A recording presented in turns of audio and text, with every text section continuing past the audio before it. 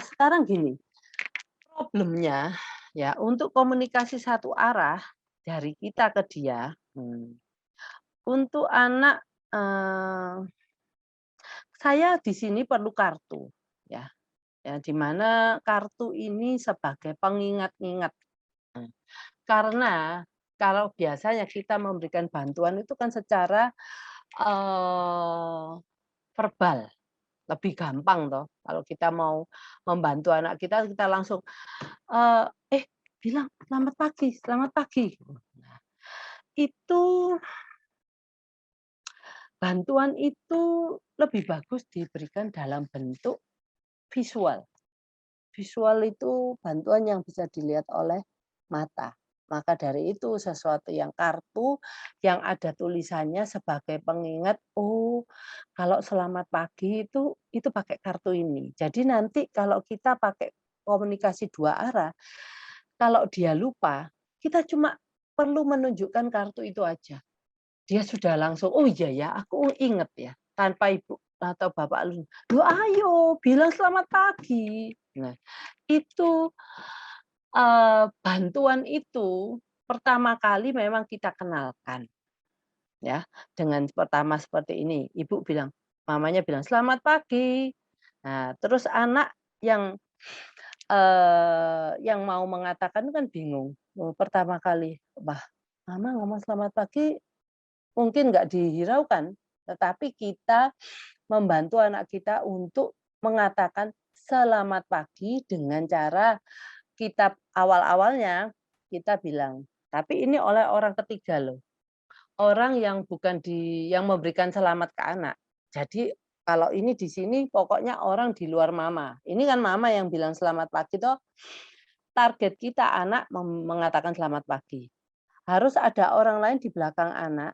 Kalau anak tidak merespon, orang itu harus memberikan, bantuan membicarakan selamat pagi sambil menunjukkan gambar, simbol matahari atau kartu tulisan selamat pagi untuk anak-anak yang sudah bisa membaca.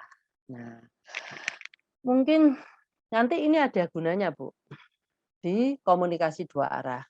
Jadi pada waktu, eee, Anda kita target minggu kita itu membuat goal selamat pagi, oke. Itu saja dulu, jangan selamat pagi, hai, halo, semuanya, jangan. Untuk pertama kali, apapun yang kita lakukan pertama kali, itu coba dibuat satu satu aja tugasnya, jangan lebih dari satu. Nanti kalau satu sudah berhasil, salam kedua, nah ibu mungkin bisa memberikan 2 salam sekaligus. Tetapi kalau anak masih bingung, satu saja dulu ya. Jadi jangan semuanya langsung diajarkan sekaligus. Ajarkan satu aja dulu. Mau selamat pagi, hai, atau halo. Ya, kalau itu sudah bisa baru kita tambahkan dan ini dilakukan di rumah. Secara konsisten setiap pagi kita bangun, kita menyapa anak kita dan dia harus respon juga selamat pagi ke kita. Nah, itu dulu. Jadi kita yang proaktif ke anak. Nah, anak harus merespon, siapa yang ngomong sama dia selamat pagi, dia akan merespon selamat pagi. Nggak harus, papa dan mama, semua anggota keluarga. Karena gini, semakin banyak orang yang memberikan, ucup sapaan, itu menguatkan bahwa, "Oke, saya harus ngomong dengan siapapun." Jadi jangan cuma sama papa dan mama. Kalau di dalam rumah ada 5, 6 orang yang, semua orang itu harus melakukan hal yang sama ke anak kita. Nah, jadi meskipun kita ada pembantu, sopir, ya itu juga begitu kita, "Selamat pagi," gitu. Oh, dia akan ngomong, "Selamat pagi." Nah, itu. Jadi ya, di rumah dan dilakukan oleh semua orang yang ada di rumah harus memberikan ucapan selamat pagi kalau ketemu dia. Oke, sudah cukup jelas ya? Nah, karena ini kalau enggak, itu akan gagal. Terlalu banyak yang sapaan yang diajarkan, terlalu sedikit orang yang melakukan selamat pagi ke anak. Nah, kalau bila perlu di rumah ibu cuma ada 2 orang, kita bawa anak kita keluar rumah pada waktu ada, penjual sayur atau orang pengantar koran yang mungkin udah kita kenal ya, sekarang nggak koran nggak laku, atau apa ya, siapapun orang yang datang ke rumah kita. Jadi dia orang itu akan, "Selamat pagi," nanti kalau ketemu anakku kamu bicara ya, "Selamat pagi ya." Jadi itulah yang penting anak ini butuh terekspos, semakin banyak yang melakukan itu semakin bagus. Atau jadi itu kalau Anda gagal, Anda bisa tahu kenapa Anda gagal tanpa harus bertanya ke saya. Nah, oh dipikir-pikir kenapa ya ini gagal ya. Nah, bayangkan kalau diajarkan satu sapaan dan dilakukan oleh banyak orang dan hanya dalam satu spot, yaitu di dalam rumah, pastinya kemungkinan berhasil sangat, saya jaminlah bisa. Ya, kalau kondisinya anaknya udah bisa bicara, kalau nggak bisa bicara, kita akan memberikan kata simbol itu dan orang yang di belakang kita juga ngomong, "Selamat pagi." Nah, terus anaknya "Ih." Ya nggak apa-apa. "Oh, bagus." Kita senang kita ngomong anak kita merespon walaupun cuma, "Ih." Gitu ya. Oke. Mungkin tambahkan, "Oke, kalau selamat pagi aku sambil, tos atau tos jari." Nah, tos jari itu cuma telunjuk sama telunjuk, tik gitu aja. Karena kita itu sekarang masa pandemi tos-tosan nanti tos sama orang luar jadi masalah ya. Kadang-kadang kita sekarang ada yang namanya tos siku. Siku dengan siku ditoskan. Nah, itu juga bisa, anak kita jadi, banyak ekspresif ya, nggak cuman, oke anak saya cuman bisa ngomong, "Ih," tapi secara gestur anak saya itu ekspresif, bisa melakukan tos tangan, tos siku, nggak apa-apa, jangan terlalu, kita konsentrasi dengan ketidakmampuan anak, tetapi kita juga harus konsentrasi dengan kemampuan anak kita. Anak kita sudah bisa seperti itu, buatlah yang dia sudah bisa itu jadi strong point-nya dia, dan expose itu sebanyak mungkin, gitu ya. Oke. Ini udah dimengerti ya,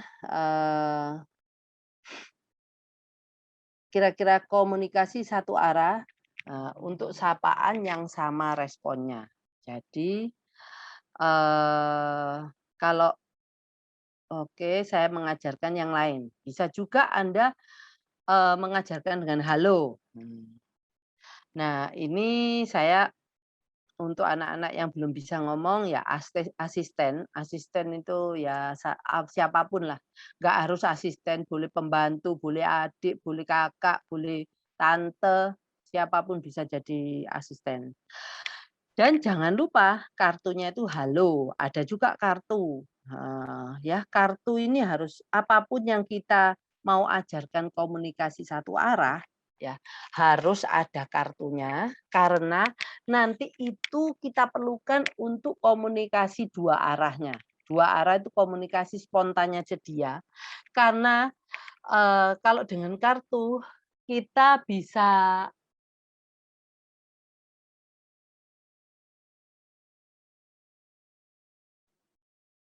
maaf, karena dengan kartu kita itu bisa, mmm, meminimalkan, bantuan dengan kartu. Tapi kalau dengan suara itu lebih sulit. Secara auditori itu lebih sulit. Jadi, nurut aja dulu ya sama saya, buat kartu yang, kalau kita mau halo, mau tulis halo atau mau nulis tangan kita lagi, eee, kayak dada, halo seperti dada itu ya, atau Anda mau menyimpan, untuk tangan yang dada itu untuk kata-kata bye atau nah itu boleh juga. Tapi yang penting sesama sapaan yang tidak sama kartunya harus berbeda, ya. Dan anak yang belum bisa bicara harus ada orang yang di sebelakangnya untuk membantu anak untuk berbicara. "Halo," di sini, "Halo." Ya anak kita tidak bisa sambil memberikan kartu itu di depan anak. Jadi dia melihat tiap kali kita ngomong "halo", dia mengetahui, "Oh kartu ini kalau muncul aku harus ngomong 'halo'." Nah, walaupun dia ngomong, "Oh" atau "ao" gitu ya, nggak apa-apa, "Oh ya halo," gitu ya. Jadi nanti di komunikasi kedua arah, kartu itu akan bisa menyuruh anak kita untuk ngomong "halo." Karena dia sudah tahu, tiap kali ngomong "selamat pagi", kartu ini yang muncul. Oh, jadi, nantinya untuk komunikasi satu arah, eee na apa namanya, kartu ini diperkenalkan sampai anak kita mengerti. Jadi pada waktu komunikasi satu arah ada mamanya menyapa, kalau anak ini tidak merespon, keluarkan kartu ini. Mungkin yang biasa kita keluarkan terus, jangan dikeluarkan terlalu cepat, kita tunggu. Mmm, apakah dia bisa merespon "halo"? Oh, kalau dia sudah bisa merespon "halo", oh berarti tanpa kartu ini juga dia sudah bisa. Tetapi nanti, dia harus mengenal kartu ini untuk bicara halo. Nanti pada waktu kita spontan, kita mau anak kita menyapa orang lain, kita keluarkan kartu ini, dia sudah bisa ngomong, "Halo." Mmm, itu. Itu gunanya kartu ini. Bisa kartu bergambar, bisa kartu yang bentuknya tulisan. Sampai sini mengerti, Bu? Ada yang perlu ditanyakan? Dibuka aja, mic-nya supaya saya langsung bisa tahu apa yang menjadi pertanyaan. Oke, karena tidak ada yang, menanyakan, saya pikir itu sudah mengerti. Cara mengajarkan menjawab sapaan yang tidak oh ini komunikasi satu arah dulu yang untuk halo, responnya yang sama. Saya mau ajarkan komunikasi dua arah untuk sapaan yang responnya sama. Saya enggak mengajarkan dua arah, eee, satu arah yang responnya yang tidak sama dulu. Bentar ya, saya ada, tutorialnya ini. Apa Oke, slide ke-10. Nah, ini adalah yang tadi anak-anak sudah bisa komunikasi satu arah, kalau mama bilang halo, dia langsung bisa ngomong halo. Nah, sekarang kita minta pengen anak kita atau selamat pagi ini ya, dalam hal ini contohnya selamat pagi, yang waktu itu adalah orang tua yang ngomong ke anak duluan, sekarang saya pengen anak kita yang ngomong selamat pagi duluan. Nah, jadi anak kita yang ngomong selamat pagi ke kita. Nah, itulah dua arah. Anak kita sudah bisa spontan menyapa kita. Nah, caranya bagaimana? Nah, karena dia sudah pakai kartu itu, yang pertama kali komunikasi satu arah. Nah, pada waktu kita mau menyuruh anak pertama kali mengatakan selamat pagi ke siapapun orang yang kita mau, kita keluarkan kartu itu. Nah, anak itu begitu lihat kartu itu, kita tunjuk kartu itu, dia akan ngomong, "Oh, selamat pagi." Ya, dia tahu selamat pagi. Oh, baru, orang yang, dituju selamat pagi mengatakan, "Selamat pagi." Nah, itu yang membuat anak kita akhirnya spontan, "Oh, sekarang nggak taunya saya nggak harus menunggu mama saya ngomong selamat pagi, saya ngomong selamat pagi ya." Oh, di sini anak mempunyai ide sekarang, karena kita mengajarkan, "Oh, jadi saya bisa ngomong selamat pagi duluan." Mmm. Kalau kita ngomong ke anak kita, "Eh, Nak, nanti ya kamu ngomong selamat pagi duluan ke mama, baru nanti mama ngomong juga bisa ngomong selamat pagi ke kamu." Itu terlalu panjang. Nah, dengan cara ini kita membangun habit, bisa kita yang ngomong selamat pagi, bisa anak yang ngomong selamat pagi duluan spontan, tanpa harus, eee, kayak kalau zaman dulu ya, bisanya ada banyak anak-anak yang bisa menjawab kalau diberikan stimulasi. Tapi kalau dia didiamkan, dia akan diam terus. Oke ya. Jadi ibu dan bapak tahu fungsi kartu itu ya, untuk anak-anak yang sudah bisa bicara, itu kalau dia nantinya pertama kali di kartu ini sebagai pengingat dia untuk ngomong selamat pagi ke se se kepada seseorang. Nah, lama-lama kartu ini jangan setelah 3 kali percobaan, kartu ini diambil. Jangan diberikan terus-menerus, karena kartu ini cuma sementara. Ya, sementara akhirnya jangan dipakai seterusnya karena anak akan menjadi dependent, tergantung sama kartu itu. Kalau nggak ada kartu itu dia nggak bisa ngomong selamat pagi. Nah, kalau nanti umpamanya yang, keempat, 3 kali kita berikan bantuan dengan kartu, keempat, kita jangan bantu langsung, kita tunggu. Hmm, kita tunggu, kita tunjuk-tunjuk aja itu ada ibu, ada papa. Dia masih nggak respon. Nah, baru kita perlihatkan kartunya itu sebentar aja. Jangan lama-lama seperti yang 1, 2, 3. Jadi perlihatkan sebentar untuk mengingatkan anak mengatakan selamat pagi pada seseorang yang mau kita tuju. Oke. Nah, di sini juga seperti komunikasi satu arah. Dia harus menyapa semua orang di dalam rumah.